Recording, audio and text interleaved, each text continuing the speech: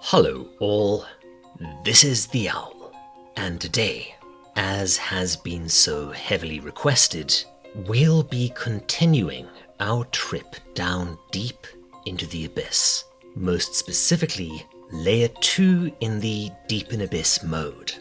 Now, I was actually holding off on this one due to a patch apparently being in the works to help with janky balance, ridiculously annoying spawns, and a whole bunch of other minor issues. And, Chainsaw Man. Wow, what a success that has been. Ugh. Anyway, the patch, or at least a patch, has been released, but it's mostly minor bug fixes, some of which are listed, some of which aren't. So, what the hell? Let's see what lies below.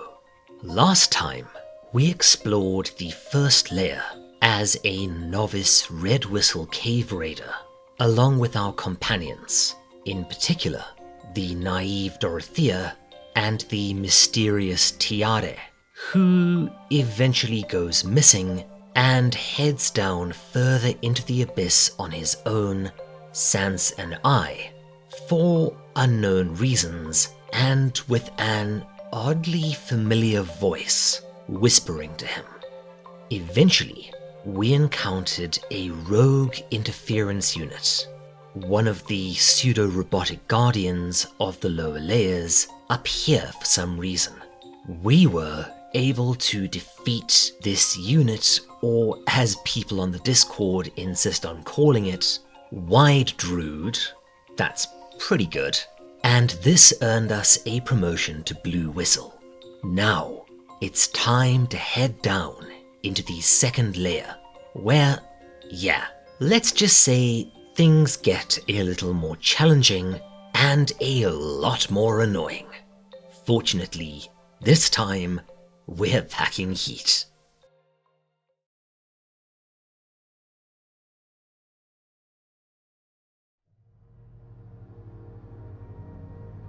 Before we strike out, I visit the Orth stores and look through the new gear available to a Blue Whistle, and I upgrade mine somewhat. I've got two choices of new armor sets. The Cook set, which is tanky and bulky and looks ridiculous. So I choose the other set, which looks a lot less daft. It's a little bit less tanky, but it's lighter, and trust me, as we move forwards, always pick the lighter stuff. Our first point of call is the Corpse Weeper Den, which we've been ordered to survey. It's easily accessible from the edge of Layer 1, and yup, those are Corpse Weepers. In a cinematic, we nearly get eaten, but Tiare saves our butt, and we get a helpful teleport back to Orth, where Hubble gives us a little bit of foreshadowing. Oh yeah, Bondrude. Watch out for that guy, he's bad news. As well as being one of the coolest designs in anything ever. With how popular this guy has become, both in terms of the manga and the anime, I suspect we're looking at our eventual final boss here. After this, we are given our next quest to head down to Layer 2 and find a special relic for Jidor. Okay, roger. But before heading off, I decide that it would be best not to go in unprepared. I buy a fancy new lightweight pick, and remembering the boss fight, I also buy a pair of handguns and a bunch of ammo. I also happen to discover a really useful new recipe, Gintoko soup, which comes in identical fish and meat-based varieties. Its requirements are kind of a pain, but if need be, you can buy whatever you're missing from Laffy, and while the soup takes up a hefty 200 grams of weight, it restores a butt-ton of health and a whopping 50 points of hunger, meaning that you're getting slightly more than double the value for double the weight. And again, remembering that there were no helpful apples lying around in Layer 2, I suspect that this will come in handy. Spoiler, boy was I right. I stow things I don't need in my chest, and, feeling prepared, I get ready to delve. If only I knew beforehand the horror that lay ahead of me.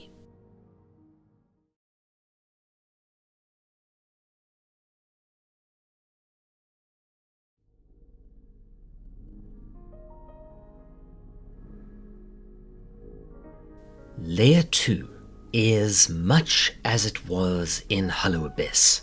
On one hand, not having Reg constantly yammering in my ear is a big plus, but on the other hand, damn it, degradation sucks. And without him as a mobile turret, now I adopt a much more heavily evasion-focused playstyle, which is much less fun. I realize that the relic that Jidor asked me to retrieve is actually in the Weeper Den. There's now a few Weepers scattered around here, as well as certain deep parts of Layer 1 as a new enemy. Do not mess with them. Treat them like you did the Silk Fangs up on Layer 1. They're ridiculously tanky, don't really drop anything too useful, and worse yet, tend to travel with their buddies. Just go around. And honestly, at this point in the game, that applies to most enemies. I eventually find my way to the relic, upon which, what the hell, I'm attacked by 2 foreign cave raiders who also so happen to want this. I must say, this is pretty cool. While the manga did allude to conflicts between raiders from different countries, I don't think we ever saw it. But still, yay for surprise boss fights pulled directly out of the game's backside. And these two do not play around. It actually reminds me quite a bit of certain fights from Bloodborne. We've got one who acts as a Maya in close range, whacking away at you and chasing you around, while the other one blasts away at you with their pistol. Get around them, chip them down, try not to take too much damage, and you will, like me, emerge bloodied but victorious. And we get ported back to Orth. Well, that was kind of pointless. Next, I am told to go and explore Layer 2. So I head back down, and I decide to make the Seeker Camp my goal, as I kind of want to go and say hi to good old Orzen. While the Forest of Temptation isn't too bad, it's mostly moths, flower turrets, and occasional corpse sweepers which are easily evaded. The Inverted Forest is still an asshole of a zone. But fortunately, I know my way around after spending so much time horribly lost there in Hollow Abyss. Just make sure you have plenty of rope. I also get to try out my new pistol. It's a bit janky to aim, and firing pot shots is not viable. If you thought your picks wore out fast, pistols are so much worse. I guess balance reasons, but crikey Moses is this annoying. They do a lot of damage though, and bullets are cheap. You can even make them yourself, but it's kind of a hassle. Honestly, just buy them, and make sure that every shot counts. I also wish I knew how to switch ammo types, as if you've got standard bullets and special bullets, the standard bullets are always auto-equipped. Maybe someone can let me know how to do this, it's probably very easy. Gathering relics on my way down, I slowly find my way, avoiding stingers and spike walkers. And eventually I see this. Oh, you bastards. Ugh.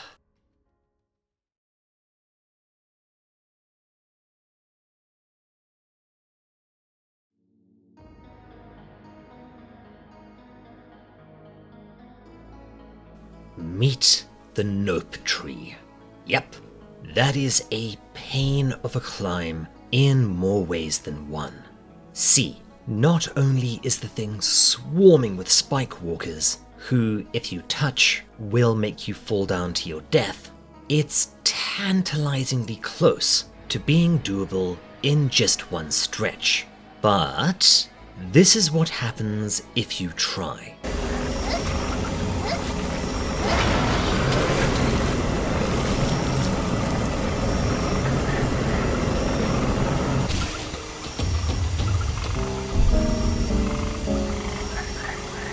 Yep, my first death of Layer 2. It is sneakily just out of reach and requires a mid-climb wait if you don't want to get cursed. And naturally, waiting causes a bunch of moths to spawn to chew on my butt cheeks and wear out my picks. Ugh. And yes, you will be getting very well acquainted with this horrible tree by the time you're done with Layer 2. There's actually a way around it, an alternate route through the Corpse Weeper Den, but as it took me ages to find it, I will go into that one later on. My next stupid death comes in Hell's Crossing. You remember that awful place with all the wooden walkways. There's an obvious one on top of the walkway, which I bypass, but there's also one hidden at the bottom of the walkway, which blasts me off the platform to my death. Thanks, dick. And no, I absolutely did not get killed by this one bug more than anything else in Layer 2. If I was going to give any advice here, it would be watch your feet and make liberal use of save game items down here. There's plenty lying around. Finally, at last, I catch sight of a quest marker and I head over to investigate. But, remember those Yeti bastards from Hello Abyss? It's time we got to know them a little bit better. As we close in on the Seeker camp, we are ambushed by a trio of Inbyor. And we can't just run past them as the game saw fit to lock us in with frigging boss smoke until they're all dead. Holy balls are these things annoying. And this is a boss fight done wrong. The Inbyor themselves aren't a threat. Their projectiles tickle thanks to my swanky new armor, but they've got a lot of HP. And again, there are 3 of the bastards. I burn through my pistols and my pick fairly fast, but they fall and I escape. Oh, hey Moruk. And then, okay, whoever thought that it'd be funny to include another almost identical boss fight right after the first one needs a bit of a boot to the taint. Coming down here, I thought that I was overprepared. This is just a wall of HP to chip down, and I do not have enough stuff. This boss fight is really a check of did you bring at least 2 picks and a bunch of handguns. So I die, I reload my game, and I realize that there is no way past this point right now. I have to hoof it back to Orth and buy more stuff. And that's where the problem comes in. The single hardest part of Layer 2. Well, with one exception. We'll get there.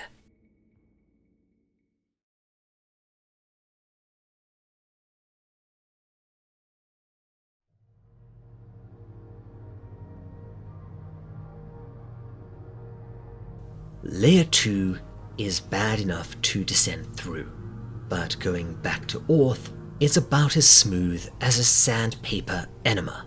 Now I have to climb ropes, waiting out the curse, sometimes multiple times a climb, while moths spawn in all around me. And of course you can't evade all their attacks, you have nowhere near enough picks to get rid of them all, and law of averages dictates that you're going to eventually get poisoned, which happens to me.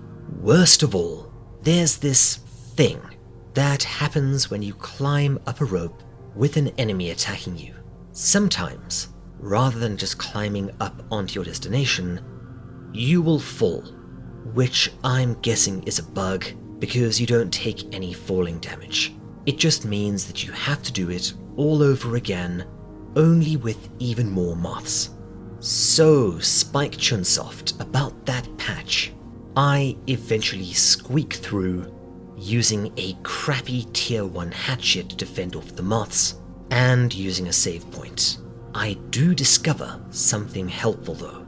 Once you've beaten the boss of a layer and received your new whistle rank, you can immediately travel to the start of that layer, albeit at a hefty cost of food and HP. Still, it saves time. I squeak back to Orth, poisoned, starving, and badly injured. I've also wasted quite a bit of money, as the relics I sell do not account for the fancy pick that I burn through. But what the hell? This time, I'm going in hard. A full stockpile of pistols, check. Enough soup to drown a horse, check. 2 fancy picks, check. Let's get this bastard done.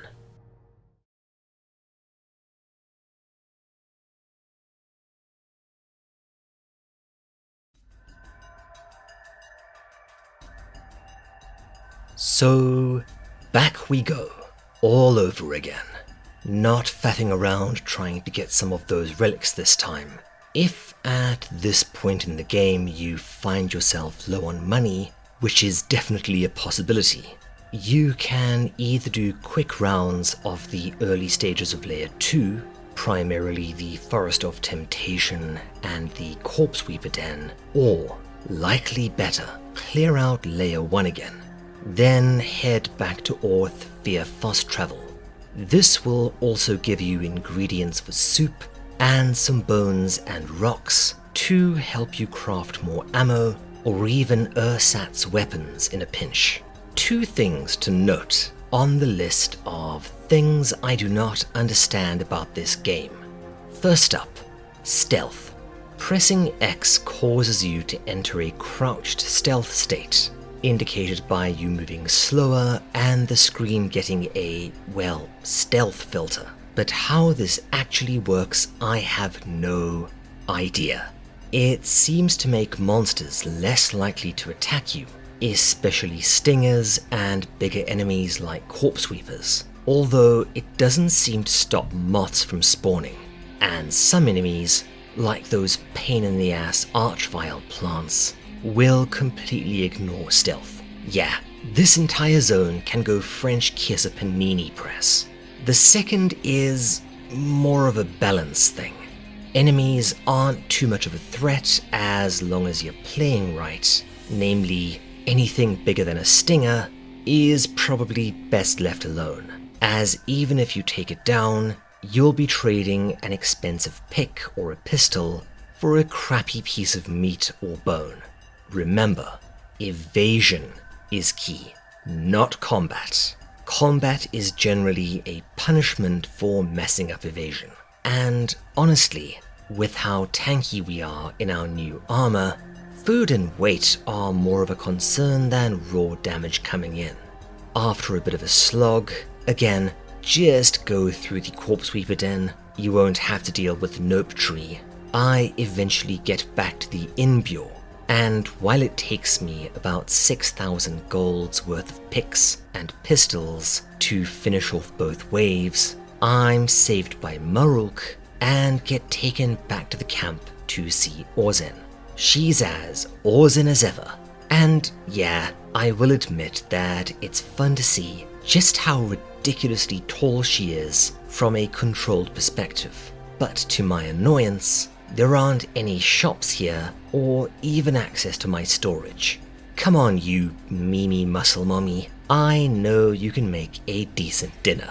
Now, if I'd been smart, I would have gone right back to Orth, but nope.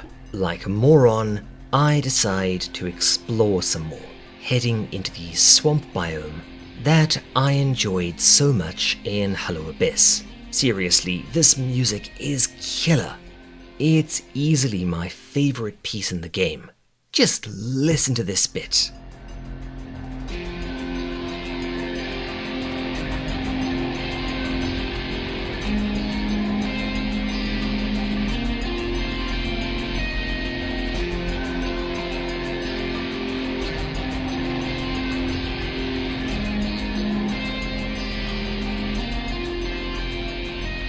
damn it, that's atmospheric.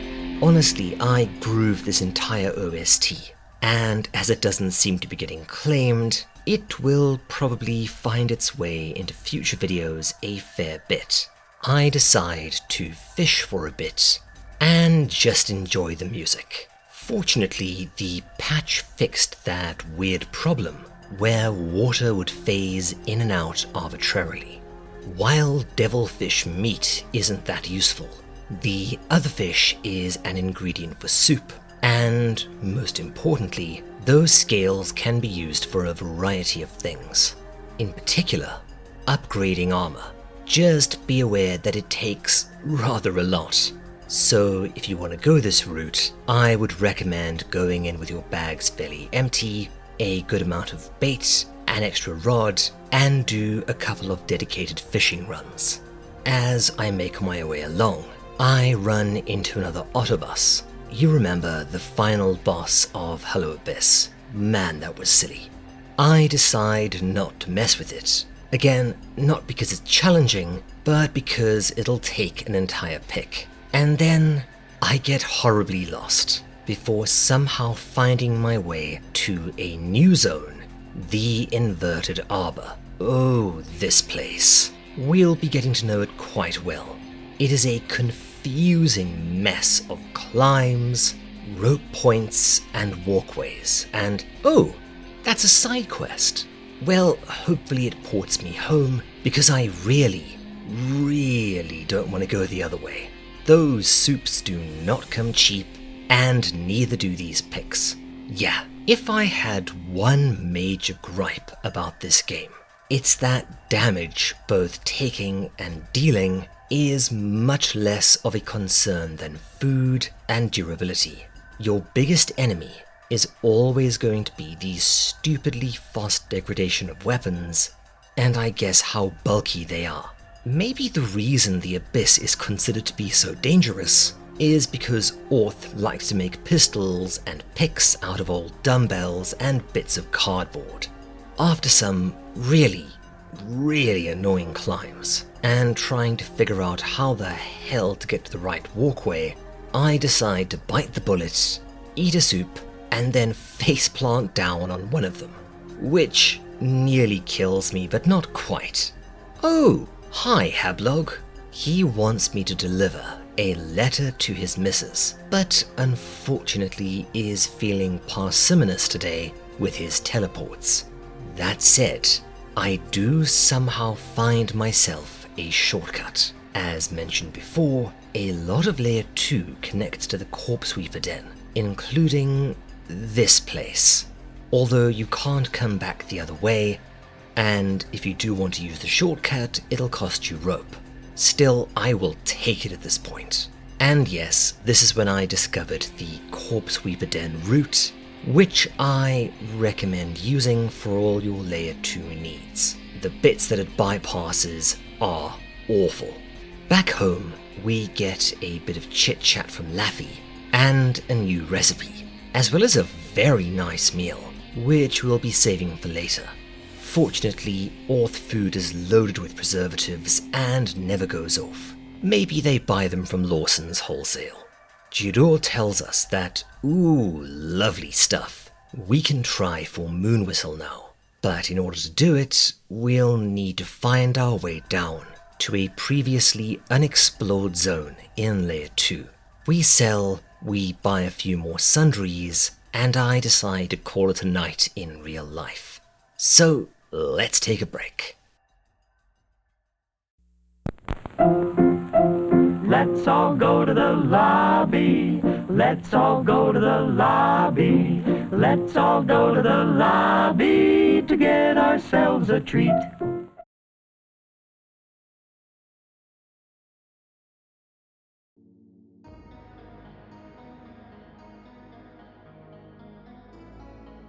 And we are back.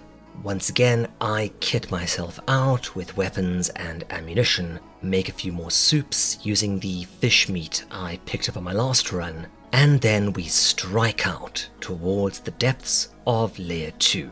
It doesn't take long to realize that the quest wants us to go to a zone called the Edge of the Abyss, which previously we've only seen in a cinematic. I swear, if I do this again, I'm going bloody hatchets next time, because I am constantly running into weight issues simply in terms of food I need to eat, armor, the weapons I'll need to get through, and then the relics I collect. And spoiler, this only gets worse as the game goes on.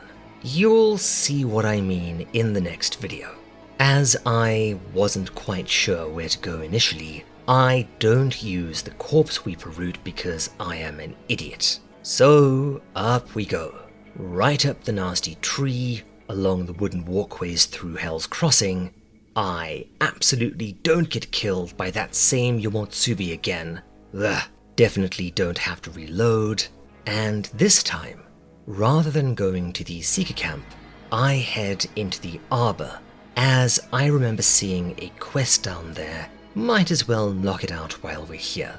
I will say this, thus far, the Inverted Arbor is the worst zone I have had to deal with, by far. The place is crawling with Yomotsubi, who are always hiding just out of sight, ready to knock you off platforms to your death. And just as bad, lurking hammerbeaks that will come out of nowhere and chunk your health down. But the worst part, the absolute nadir of my playthrough thus far, is this one rope. Yeah, see this one right here? It's bugged. Out of the arse. You can get on with no problem, but when you reach the bottom, it will not let you off. I think this might be a bug that came in the new patch. You can climb up, you can climb down, and then, if you so choose, dangle forever like the juiciest worm on the line. So, how did I get past this? Well, speaking of fishing, the only way for me to get off this rope on this level was to enter a pain state, which will knock you off the rope. And fortunately, there is a local hammerbeak that's willing to help out, in exchange for a good chunk of health. So basically hang there and wiggle enticingly until it punts you one, then leg it. This needs to be fixed, because it's either get hit or stay there hanging in the air forever. Down, down, down I go, burning through ropes, and I finally hit the bottom, where I have a quest to kill a few mantoyas. Easy peasy. After which I leave this horrible zone and head back through the swamp biome, another new zone called the Terminal Pond. This one is seemingly useless, and I didn't want to explore as it's full of moths. So back to the swamp. Oh, hello Otobus. No, I still don't see any reason to fight you now. Maybe I'll get a quest later. On I go, all the way back to the Seeker Camp. And when I get there, I cross on over into the edge of the Abyss. The edge of the Abyss is a desolate place that you might remember from that terrible anticlimactic end to Hello Abyss. This marks the entrance to the Great Fault, which, oh man, we'll get to that hellscape another time. I make my way along towards the quest marker when I get bloody jump scared by a pair of valley croakers who burst out of the earth in front of me. I decide to leave them alone, and they give me the same courtesy. Yeah, from the previous mode, these Froggos are not to be taken lightly. Eventually, far off in the distance, I can see another interference unit. Ooh, another boss fight. He's... how do I best describe him? Bike Druid? Wheel Zukian? Gabu Rotobike? I don't know, I got nothing. He can be very easy or a pain in the pants, depending on what you brought with you. He's got 3 attacks. The first involves him rapidly digging towards you. Just dodge or run away. In close, he will raise himself up and then slam down. This deals a butt-ton of damage, but it's also incredibly telegraphed, so if you get hit, it's your own damn fault. he likes to go straight from his charge mode into this. His other attack will have him burrow into the ground and vanish, and then pop up underneath you. Yeah, I do not know if this is avoidable or not, I never pulled it off, but it doesn't hurt too much. If you are only armed with melee weapons, he is going to be annoying, but as we are packing heat, he goes down like a chump. I dodge his charge, stay out of range, blasting away at him with my arsenal of pistols, and then I move in close to finish the job with a pick.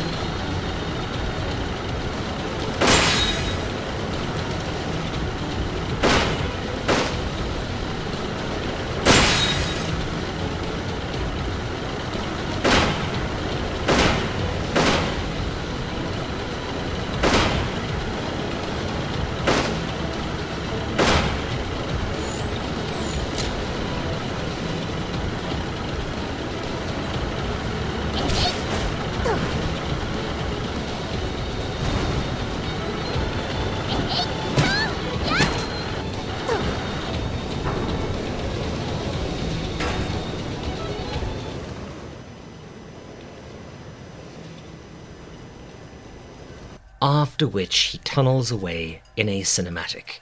Yeah, you'd better run, you ridiculous looking thing. With all of that done, we head back to Earth.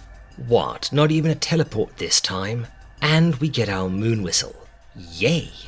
This finally lets me purchase some worthwhile skills.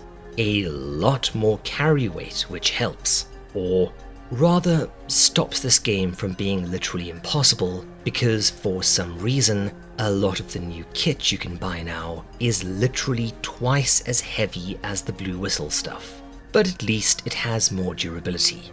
I also purchased some more stamina management and increased climbing speed. Hells yes. This also marks the first point in a long time where I'm not floating like 6 skill points.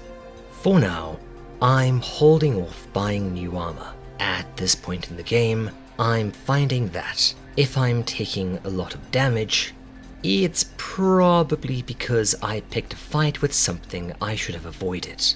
We'll see how far this mindset takes me when we get down to layer 3. That all said, yeah, Deep in Abyss is a lot of fun. It's certainly not perfect, and occasionally holds a sizable loan with the jank bank, but it's nicely challenging without being too frustrating, at least when things work perfectly. If I had a complaint, aside from a few remaining and bloody irritating bugs, it's that I would love to fight a lot more of the monsters down here, but while a lot of them are impressively designed and nicely challenging, the ridiculously fast weapon degradation and lack of anything worthwhile dropped means that it's pointless, unless you have a quest or something, which will at least defray your costs. This does change slightly as we get further down, but again, we will leave that for next time. So, before we finish, I want to say a huge thanks to my fantastic patrons: Astrixer Gaming, Cheerful Satanist, Bourier, Robert Dote, Say Rory, Jacob Ramsey, Crazy, Lance Gooble, Piece of Yeast, Rafferty, and XTC Pill. You folks are bloody awesome. If you enjoyed this video and want to see more like it, why not subscribe, and don't forget to click that silly bell icon for notifications. If you want to help myself and Mrs. Owl afford some improvements to my setup, do more videos like this, or just buy more picks, rope, and pistols, head on over to our Patreon, which will also earn you some cool perks on the Discord, as well as early access to most videos. Oh right, we have a Discord. Go check it out. Otherwise, cheers, my friends, take care, and I will see you next time. This is the Owl, signing off.